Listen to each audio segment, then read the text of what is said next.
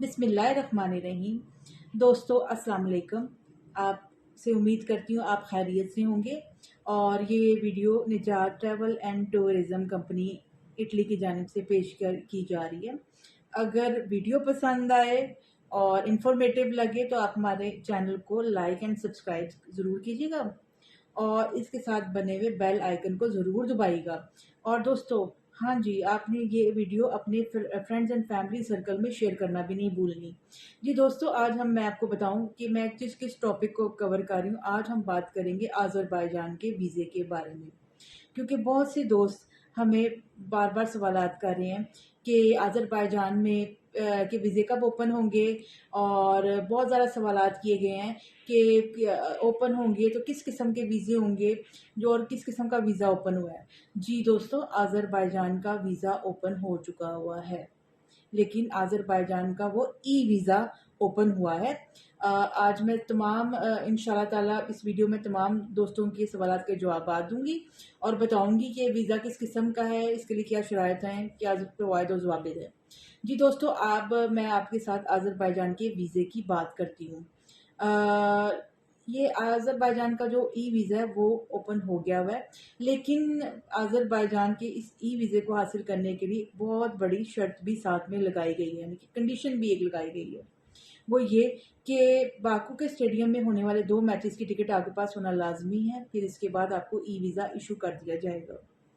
देखिए दोस्तों, जब तक आपके पास बाकू के फुटबॉल मैचेस की टिकट नहीं होगी, तब तक इस वीज़े का कोई फ़ायदा नहीं, क्योंकि आपको वीज़ा इस सूरत में ही मिलेगा कि जब आप जाके वहाँ पे स्टेडियम में मैचेस को देख सकें।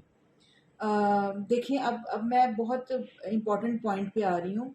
गौर से आप सुनिएगा सब दोस्तों। दोस्तों, ये कि अगर आपके पास 2 में से किसी एक मैच की टिकट है, तो अब क्या बनेगा आपके वीज़े का? जी दोस्तों, अगर आपके पास 2 में से किसी एक मैच की टिकट है, तो आपको इस वीज़े का कोई फ़ायदा नहीं है। आपको जो एयरपोर्ट पे आपको एंट्री नहीं मिलेगी।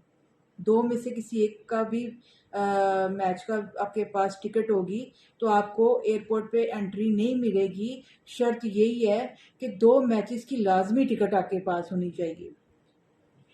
अब देखिए अब दोस्तों, अब एक और बात भी है, मैं आपको वो भी बताऊंगी। बड़ी इंफॉर्मेटिव है वो न्यूज़, बड़ी मालूमाती दिलचस्प ये और बहुत इम्पोर्टेंट पार्ट है इस वीडियो का। वो ये कि ई वीज़ाज तो ओपन हो चुके हुए हैं, आप इसको अप्लाई कर सकते हैं, लेकिन अभी मैचेस की टिकट अवेलेबल नहीं है।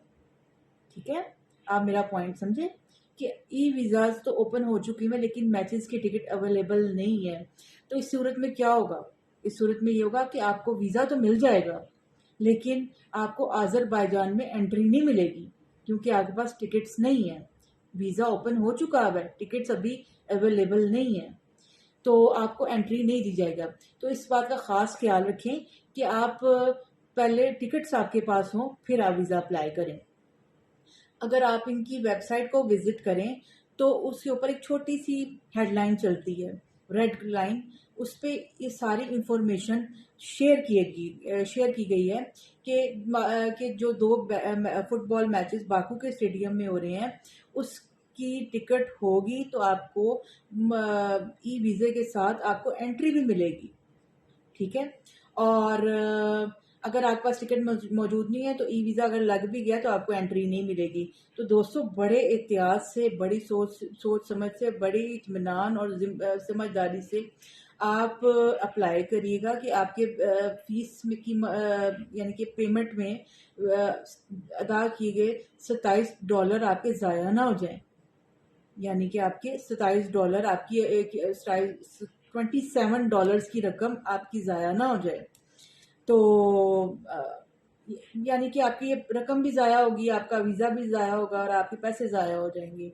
लिहाजा दोस्तों, अगर आपके पास टिकट मौजूद है, तो आप आज़रबाईजान का ई वीज़ा बहुत आराम से, इत्मीनान से, रिलैक्स होके आप अप्लाई कर सकते हैं और आपको आई एम श्योर और जो उनकी न्यूज़ है उसके हिसाब से आपको ज़रूर एंट्री मिलेगी। दोस्तों, आपको आज ये मेरा वीडियो कैसा लगा, और उम्मीद करती हूँ आपको पसंद आया होगा। लेटेस्ट अपडेट्स के लिए आप हमारा चैनल ज़रूर लाइक कीजिए। और अब के लिए, अब इस टाइम के लिए अल्लाह हाफिज़। इंशाल्लाह नई वीडियो में जल्द मुलाकात होगी। अल्लाह हाफिज़।